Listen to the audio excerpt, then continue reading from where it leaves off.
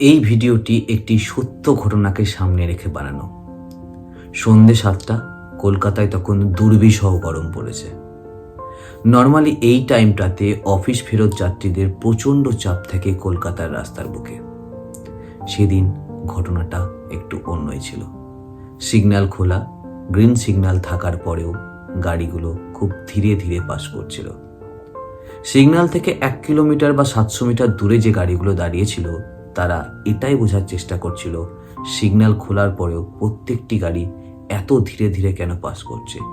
তার থেকে অবাক, একটা গাড়িতেও একবারের জন্য হর্ন বাজানো হচ্ছে না। গাড়িগুলো যখন ধীরে ধীরে এগোতে শুরু করলো তখন এক অন্য সিনারিও।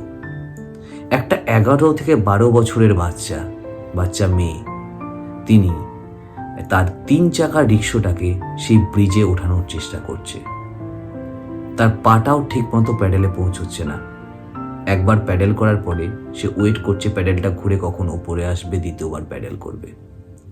একবার যদি প্যাডেলটা মিস হয়ে যায়, রিক্সাটি ব্রিজে ওঠার বদলে হয়তো নিচের দিকে ফিরে আসবে।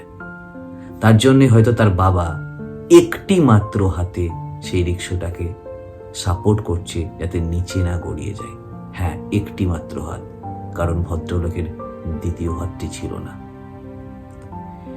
যে সমস্ত মানুষ সেই রিক্সার পাশ দিয়ে পাস হচ্ছে, এক মুখ ভর্তি হাসি নিয়ে বাচ্চাটি তাদের দিকে তাকাচ্ছে।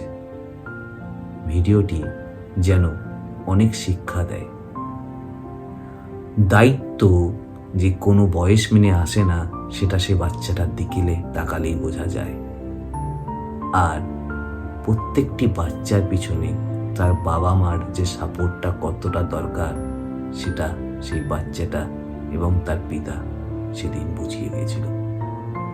আমাদের জীবনে ছোট ছোট প্রবলেমগুলো, ছোট ছোট এক্সকিউজগুলো এত বড় করে আমরা দেখি, তারপরেও যেন সমস্যা শেষ হতে চায় না। আর তাদের এত বড় সমস্যা, তারপরে বাচ্চাটির হাসি যেন বন্ধ হয় না। ভালো থাকবেন তারা দুজনে। নমস্কার। দ্য নোন আননোন চ্যানেলে অনেক দিন পর আবার ফিরে আসা। অবশ্যই সাপোর্ট করবেন। নতুন নতুন এরকম অনেক ভিডিও নিয়ে আসার আবারও চেষ্টা করব। ধন্যবাদ।